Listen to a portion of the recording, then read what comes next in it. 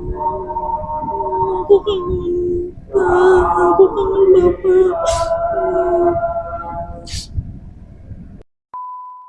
Assalamualaikum warahmatullahi wabarakatuh. Halo, welcome back my YouTube channel. Di video kali ini aku bukan mau mukbang. Di video kali ini aku mau mengenang 1 tahun almarhum bapak aku.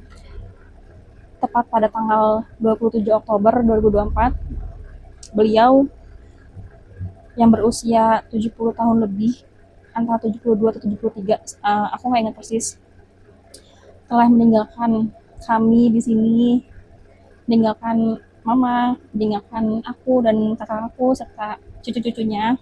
Bismillahirrahmanirrahim. Allahumma firlahu warhamhu wa'afihi wa'fanhu. Semoga Allah mengampuni dosa-dosa almarhum bapakku dan almarhum suami aku. Almarhum bapakku meninggal pada tanggal 27 Oktober 2024, lalu disusul oleh almarhum suami aku di tanggal 8 Februari 2025, kurang lebih hampir 40 hari jedanya. Pak, waktu bapakku meninggal, beliau meninggal karena sakit, masuk rumah sakit, ICU, langsung ke ICU, awal ke IGD dulu, terus langsung ICU. Sebelumnya tahun 2020 atau 2021 memang Bapak udah pernah sakit, masuk rumah sakit. Jadi sempat apa namanya, mau air kecil itu pakai selang gitu, dan aku sama suami aku waktu itu menemani bolak-balik. Alhamdulillah, alhamdulillahnya aku masih diberikan kesempatan saat itu untuk merawat bapak aku yang lagi sakit, menemani dia rawat jalan, kontrol, terus rawat inap gitu. Gak hanya aku sih, kita kita nih berempat, aku tuh anak keempat dari 4 bersaudara, kita semua punya tugas masing-masing, kita semua punya usahanya masing-masing. Karena aku waktu itu posisinya aku lagi belum kerja, masih ngurus anak aku yang masih kecil.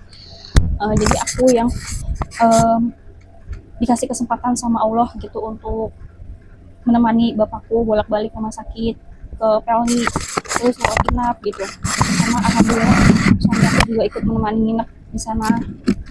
Terus kakak aku yang ketiga juga ngebantuin dari segi biaya, nganterin juga kadang-kadang, kadang naik online gitu. Terus kakakku yang pertama sama mamaku juga bantu jagain anak aku karena aku harus nganterin bapakku ke rumah sakit. Kakakku yang kedua juga bantu biaya, ya kita kita sama-sama bekerja sama untuk merawat orang tua kita yang lagi sakit gitu. Udah almarhum bapak tuh udah kalau nggak salah 2 kali atau 3 kali gitu masuk rumah sakit gitu. Terakhir itu kumat sakitnya, aku nggak terlalu aware penyakit apa karena agak sulit untuk mengingat penyakit-penyakit seperti itu ya. Intinya waktu itu sempat aku mau berangkat kerja, bapak udah sakit jatuh dari malam gitu, apa namanya, nggak bisa jalan, terus hanya mama yang ngebantuin bapak segala macam lah. Terus akhirnya pagi-pagi karena aku baru tahu bapak sempat sakit, jatuh di kamar mandi, nggak bisa jalan, nggak bisa bangun, akhirnya dibawa ke rumah sakit, itu sempat masuk IGD, terus langsung ICU 2 hari deh kalau nggak salah gitu, 2 hari atau 3 hari gitu di ICU. Dan Sabtu malam minggu aku jengukin bapak di ICU gitu. Aku baru pertama kali saat itu masuk ICU melihat kondisi orang tua langsung yang udah nggak berdaya, dibantu dengan alat. Rasanya kayak gimana ya, rasanya tuh kayak nangis waktu itu masuk masuk ICU. Nyesek, nangisnya tuh kayak desak-desakan kayak gitu. eh Cukup lama, mungkin ada 5 sampai 10 menit, mungkin 10 menit lebih kali ya aku ada di ruang ICU saat itu, karena cuma berdua sama kakak aku ganti-gantian. Aku masih ngobrol dan bapak ngerespon sedikit dari gerakan tangannya, terus dari mukanya gitu, sempat sempat ngerespon aku saat aku lagi ngomong. Terus aku bilang sama bapak, Pak, aku nggak bisa lama-lama di sini, besok kita ketemu lagi ya, gitu. Besok aku mau bacain bapak Al-Quran gitu, semoga besok punya waktu yang banyak untuk bacain bapak Al-Quran di sini gitu, ya kan. Nah, terus pas hari minggunya sore itu semua atas izin Allah ya. Dan ada rasa khawatir juga, kok ini hari Minggu rame banget ya gitu, kayak tetangga pada jengukin ke rumah sakit, terus kakak-kakak aku semuanya pada lengkap datang, kakak ipar aku, keponakan aku, kecuali suami aku, karena suami aku lagi sakit kanker saat itu gitu. Jadi di waktu yang bersamaan bapak sakit, saat itu suami aku lagi sakit cancer, lagi berobat alternatif di Cianjur. Jadi almarhum suami belum sempat ngejengukin bapak aku di rumah sakit karena beliau juga lagi sakit itu saat itu. hmm, Minggu sore tanggal 27 Oktober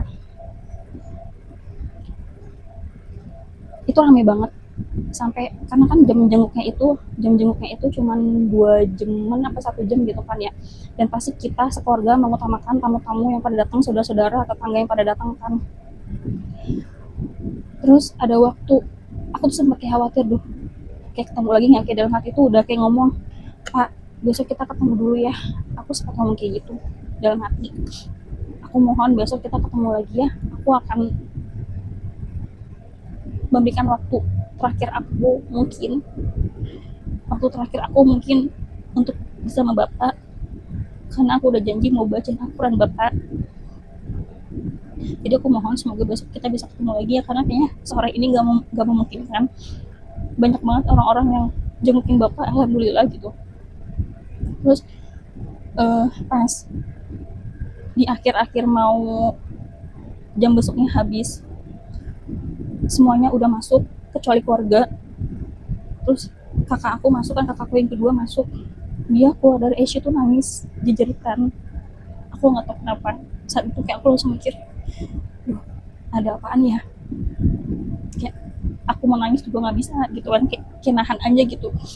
Terus aku sempet sempet nangis di pelukan kakak ipar aku nanya, dek kamu udah jengukin bapak belum, udah masuk ruang ICU belum, belum gitu, karena waktunya sedikit banget tuh kan. Aku maunya besok, aku bilang gitu, besok sebelum kerja, atau pokoknya sebelum kerja aku mau datang dulu ke rumah sakit, aku mau izin untuk ketemu bapak. Dan aku bilang untuk ketemu bapak yang terakhir kalinya mungkin, aku bilang kayak gitu. Nah feeling aku tuh kayak udah gak enak banget saat itu. Terus kata kakak ipar aku, jangan besok deh, gak apa-apa sebentar, yang penting ketemu bapak sekarang dulu, syukur-syukur besok bapak masih masih ada gitu, sehingga hari ini kamu ketemu dulu bapak gitu. Udah sana gitu, balik lagi ke ruang ICU gitu, masih ada waktu, gak apa-apa sebentar, semenit 2 menit atau 5 menit gitu, gak apa-apa sebentar, masuk aja gitu. Terus itu tuh aku udah nangis desek-desekan di pelukan kakak aku gitu kan. Terus aku masuk, waktu pertama kali aku masuk ruang ICU yang malam minggu itu, nggak tahu kenapa, sebelum masuk pintu kamar ICU tuh aku udah ngerasa gak enak hawanya,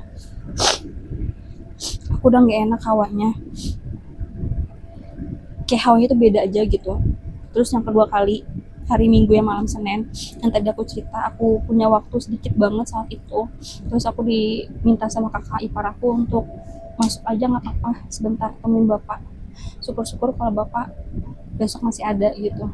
Akhirnya dalam keadaan aku nangis desak-desakan, sesegukan, aku masuk ke ruang ICU.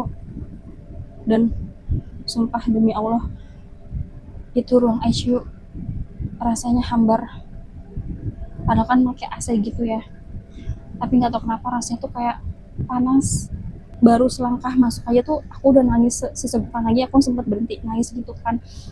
Terus kayak baru melangkahkan kaki, jadi kayak ada ruang pintu kaca, terus di sininya pintu ICU. Nah aku baru masuk pintu kaca itu aja, belum masuk pintu ICU, itu aku udah nyesek banget rasanya, udah nggak kuat. Dan aku bener-bener kayak nangis kayak orang mau pingsan, kayak aku sampai pegang uh, pinggiran kasur bapak gitu.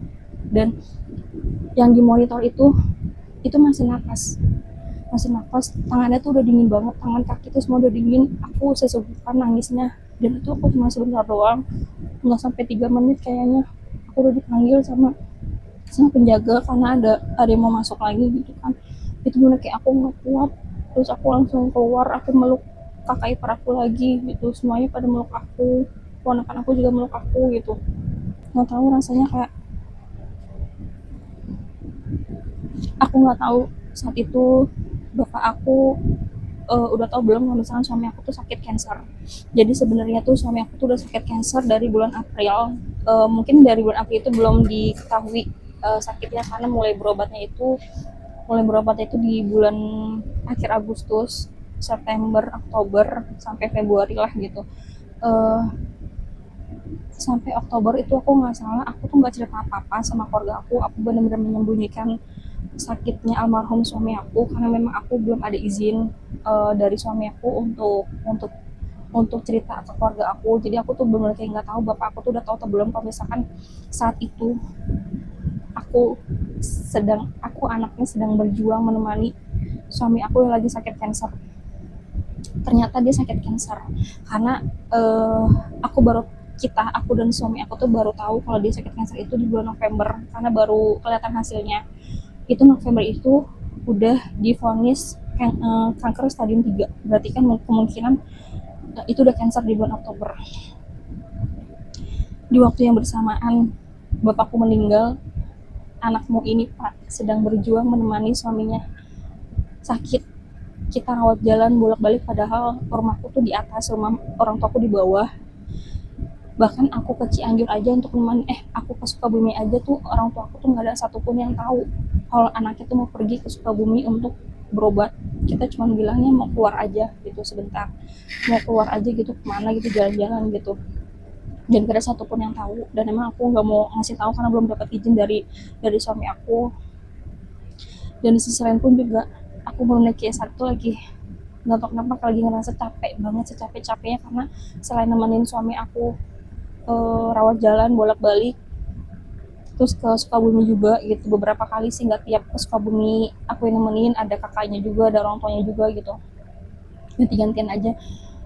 Aku harus kehilangan bapakku dan menantu yang bapak aku sayangi, karena alhamdulillah almarhum suami aku tuh baik banget sama keluarga aku. Yang tadi aku cerita, almarhum suami aku almarhum suami aku kita pernah menemani bareng-bareng berdua nginep di rumah sakit Pelni saat bapakku setelah operasi. Sebagai anak, apa yang aku sesali sebenarnya nggak ada, tidak ada yang aku sesali. Dibilang kita pernah ada masalah, pasti ya, yang namanya anak sama orang tua, anak sama adik sama kakak, itu pasti ada yang masalah. Tapi itu bukan sebuah penyesalan sih sebenarnya, karena emang kita kan nggak bisa, kita tuh hidup di dunia ini tuh nggak bisa 100% baik-baik aja gitu sama sama manusia gitu. Kita udah saling memaafkan, dan aku juga sudah memaafkan semua kesalahan bapak. Aku jauh lebih ikhlas bapak pergi, karena menurut aku bapak kan juga sudah tua, bapak juga sudah tidak bekerja gitu kan. Mungkin ini jalan terbaik dari Allah. Aku pun juga kasihan gitu ngeliat bapak udah nggak bisa ngapa-ngapain gitu. Jadi mungkin daripada di dunia ini makin banyak dosa, emang jalan terbaiknya adalah kembali ke sang maha pencipta, istirahat. Capek banget di dunia, capek banget hidup di dunia gitu. Dunia itu sangat melelahkan gitu. Cuman mungkin yang aku sesali itu adalah aku cuma minta maaf kalau aku belum sepenuhnya bisa berbakti sama orang tua, aku belum bisa sepenuhnya berbakti sama bapak. Maaf banget kalau aku mungkin, baik itu disengaja maupun tidak disengaja, pernah nyakitin bapak, entah dari sikap aku, entah dari ucapan aku minta maaf banget. Dan aku mau bilang terima kasih atas semua pengorbanan bapak sama aku, kebaikan-kebaikan bapak yang mungkin bisa aku sebutkan di sini. Pertama, selain pengorbanan sebagai orang tua ya gitu, itu udah pasti bakal dikorbanin sama orang tua. Tapi maksud aku kebaikan bapak ini semenjak aku dewasa, aku tuh dulu suka banget naik gunung. Dapat izin dari mamaku tuh susahnya minta ampun, mesti banget drama. Padahal aku udah ngasih uang bulanan sama mama aku, udah ngasih uang bulanan juga ke bapak aku, tapi minta izin ke mama tuh susahnya minta ampun, kayak mesti drama. drama lah, drama yang nyakitin, kayak ada aja omongan-omongan yang nyakitin gitu.